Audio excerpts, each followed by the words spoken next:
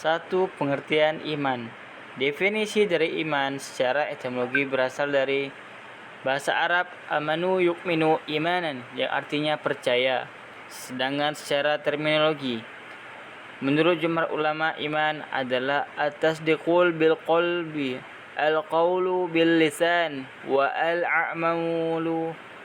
a'malu bil arqan. Artinya membenarkan atau dalam hati mengucapkan atau mengikrarkan dengan lisan, mengamalkan dengan perbuatan. Iman sendiri sebenarnya adalah sebuah pembuktian terhadap penyerahan diri kepada Tuhan Yang Maha Esa, Allah sebagai pencipta sekaligus penguasa mutlak semesta alam. 2. Penjelasan definisi iman. Membenarkan dengan hati. Maksudnya adalah menerima kebenaran atas segala sesuatu yang disampaikan dan diajarkan oleh Rasulullah SAW serta Rasul sebelumnya.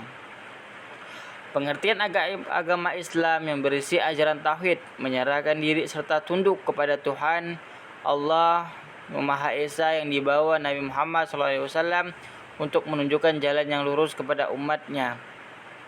Mengemukakan setelah mempelajari sejumlah rumus tentang agama Islam, lalu menganalisisnya, ia merumuskan dan menyimpulkan pengertian Islam ada 5.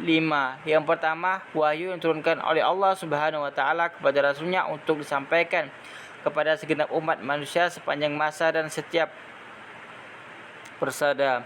Suatu sistem keyakinan dan tata ketentuan yang mengatur segala kehidupan dan penghidupan asasi manusia dalam berbagai hubungan dengan Tuhan, sesama manusia dan alam lainnya.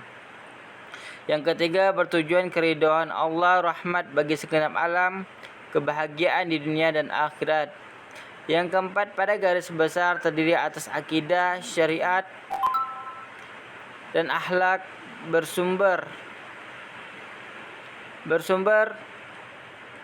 pada garis besar terdiri atas akidah, syariat, dan akhlak bersumberkan kitab suci Al-Quran dan merupakan kodifikasi wahyu Allah Subhanahu wa taala sebagai penyempurna wahyu sebelumnya yang ditafsirkan oleh sunnah Rasul sallallahu alaihi wasallam. Yang selanjutnya adalah ihsan. Sendiri merupakan usaha untuk selalu melakukan yang lebih baik, yang lebih afdol dan bernilai lebih, sehingga seseorang tidak hanya berorientasi untuk mengugurkan kewajiban adalah beribadah, melainkan justru berusaha bagaimana amal ibadahnya diterima dengan sebaik-baiknya oleh Allah Subhanahu wa taala.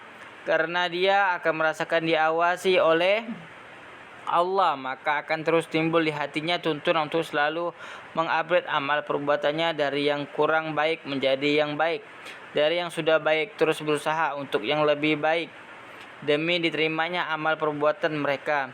Ihsan merupakan potensi untuk menunjukkan kita dari sifat buruk di hati atau bisa disebut penyakit hati seperti sombong, riya, hasud, dengki, dan lainnya. Sebagainya, ihsan juga salah satu cara agar bagaimana Allah menerima ibadah-ibadah kita. Tafsir ayat berhubungan dengan risalah kenabian. Dari Quran Surah Yasin ayat 11, sungguhnya kamu hanya memberi peringatan kepada orang-orang yang mau mengikuti, peringatan yang takut kepada Tuhan yang Maha Pemurah walaupun dia tidak melihatnya. Maka berilah mereka kabar gembira dengan apapun dan pahala yang mulia. Kata itaba terambil dari kata tabi'a yang berarti mengikuti, penambahan huruf ta. Pada kata tersebut mengandung makna kesungguhan. Siapa yang bersungguh-sungguh mengikuti az-zikr, yakni Al-Quran, maka dia akan memperhatikan dengan seksama dan meneladani Nabi Muhammad SAW, akan lahir keimanan yang kokoh dan mantap. Penggunaan kata Ar-Rahman pada ayat ini adalah lafaz Allah bertujuan menegaskan bahwa yang dimaksud adalah Tuhan yang disembah oleh Nabi Muhammad SAW, bukan Tuhan yang mereka persekutukan dengan berhala. Adapun Ar-Rahman yang diperkenalkan Rasulullah SAW sebagai salah satu nama Tuhan semesta alam. Kaum beriman yakin bahwa Dia Maha Pengasih, namun demikian keyakinan tersebut tidak menjadikan mereka lengah dari sifat yang lain seperti Jabar, Maha Perkasa, lagi Muntaqim, Maha Pembalas.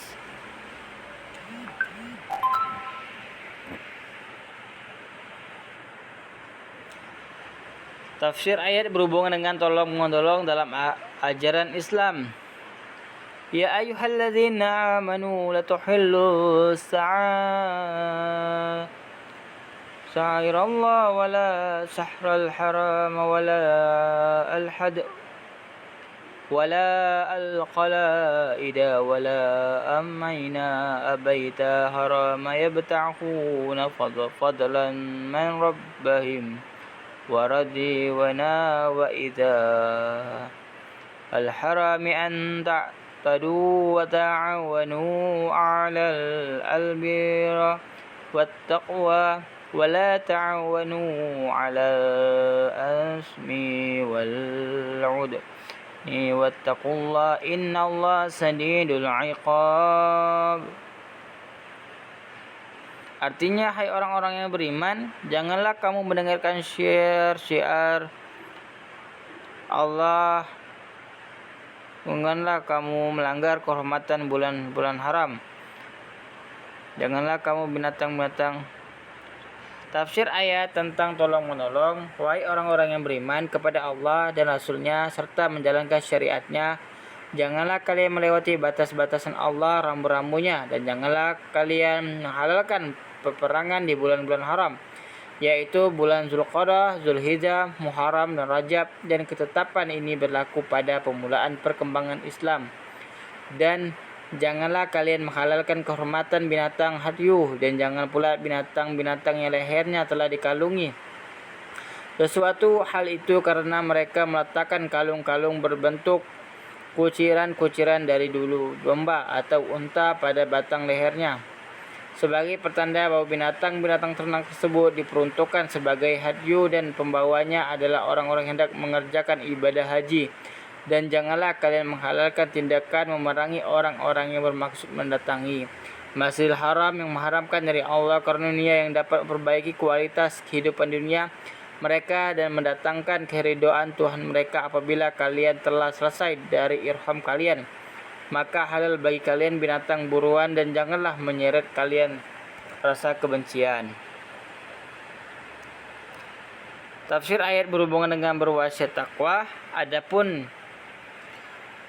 di akhirat nanti orang yang bertakwa akan diberi pengampunan oleh Allah Subhanahu wa taala. Quran surah ke-8 ayat 29. Akan ditutup kesalahannya di Quran surah ke-8 ayat 29 dan akan diberi balasan pahala yang besar. Quran surah ke-65 ke ayat 5. Diterima amal ibadah segala diturun di dunia dan akan masuk surga dengan penuh kehormatan. Quran surah ke-19 ayat 65 dan 83. Oleh karena itu begitu pentingnya takwa bagi kehidupan kita, maka kita harus berusaha semaksimal mungkin agar bisa menjadi orang yang bertakwa, meskipun kita tahu bahwa untuk menjadi orang yang bertakwa bukan hal yang mudah, sebab orang melalui 5 tingkat. Tingkat pertama sebagai seseorang muslim, di mana seorang muslim cukup hanya dengan mengucapkan 2 kalimat syahadat walaupun belum melaksanakan kewajiban salat, puasa, zakat dan haji, sudah bisa dikategori sebagai seorang muslim. Tingkat kedua sebagai seorang mukmin, yaitu orang yang telah beriman dan telah melaksanakan rukun Islam seperti salat, puasa, zakat dan haji sebagai kewajiban yang harus dilaksanakan, akan tetapi masih saja melakukan perbuatan dosa dan maksiat. Tingkat ketiga sebagai seorang muslim, yaitu seorang mukmin yang selalu merasa diawasi oleh Allah Subhanahu wa taala sehingga takut untuk berbuat maksiat kepada Allah Subhanahu wa taala, namun dalam beribadah masih menginginkan pahala dari Allah Subhanahu wa taala. Tingkat keempat sebagai mukhlis, yaitu seorang muslim yang ikhlas, yang tidak mengharapkan apa-apa tapi tidak kreatif untuk berbuat sesuatu agar diridhoi Allah Subhanahu wa taala. Tingkat terakhir sebagai muttaqin, yaitu orang yang mengabdi kepada Allah dan berjuang di jalannya semata-mata hanya untuk mendapatkan ridho dari Allah Subhanahu wa taala.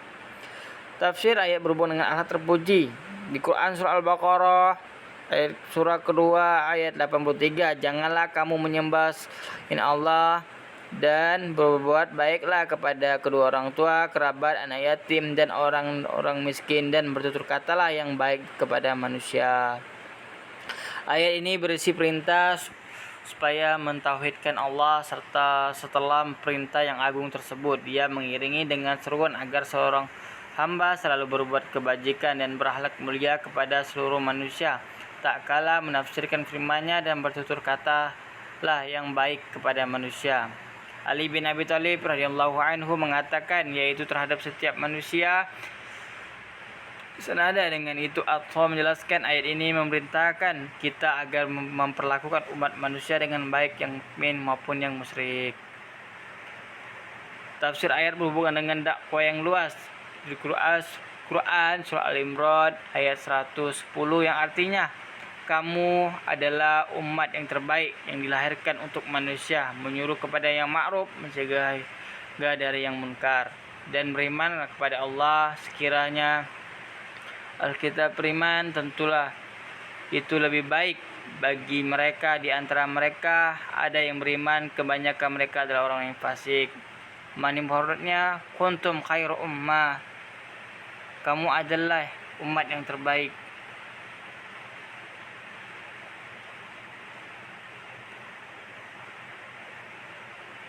Baiklah, mungkin itu saja yang bisa saya sampaikan.